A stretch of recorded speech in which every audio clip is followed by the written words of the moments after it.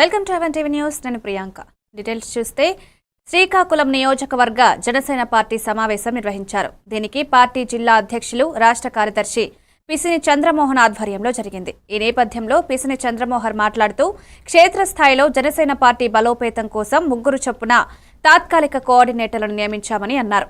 ఈ కార్యక్రమంలో జనసేన పార్టీ ఉమ్మడి శ్రీకాకుళం జిల్లా ప్రధాన కార్యదర్శి డాక్టర్ దానేటి శ్రీధర్, జిల్లా ఉపాధ్యక్షులు భూపతి అర్జున్ కుమార్, జిల్లా కార్యదర్శి కొండ ఉదయ్ శంకర్ తదితరులు పాల్గొన్నారు. కేంద్రంలోని బీజేపీలోని మోడీ గారి ఆశీస్సులు, పవన్ కళ్యాణ్ సహకారంతో ఒక సుదీర్ఘ అనుభవం కలిగినటువంటి పరిపాలనా దక్షులు శ్రీ నారా చంద్రబాబు నాయుడు గారు ఎనలేని అభివృద్ధిని, సంక్షేమాన్ని చూపిస్తూ ఉన్నారు.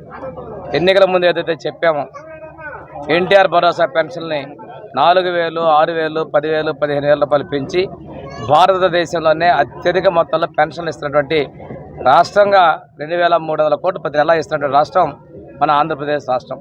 గత ముఖ్యమంత్రి ఈ పెన్షన్లు 1000 పెంచడానికి ఆపసపాలు పడి 5 ఏళ్ళకు వస్తూ పడితే ఎన్నికల ముందు నుంచే మనం పెంచిన పెన్షన్లు ఇచ్చినటువంటి విషయాన్ని ప్రజలు ఈరోజు చెప్తా ఉన్నారు.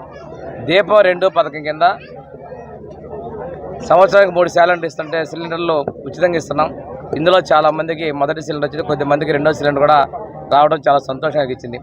తల్లికి వందనం పథకం ద్వారా చదువుకునే పిల్లలు ఎంతమంది ఉంటే అంతమందికి కూడా తల్లికి వందనం అందించాం.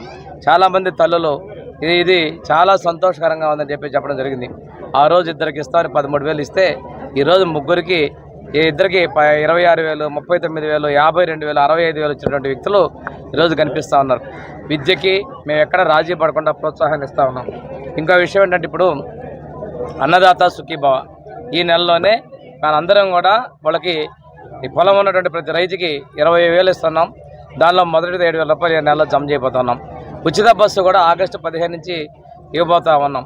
రాష్ట్రాన్ని 10 లక్షల కోట్ల అప్పుల్లో కూర్చితే అప్పులు తీర్చుకుంటూ, వడ్డీలు కట్టుకుంటూ సంక్షేమాన్ని అభివృద్ధి చేసినటువంటి ప్రభుత్వం మా ఎన్డీఏ ప్రభుత్వం తెలియజేస్తుంది.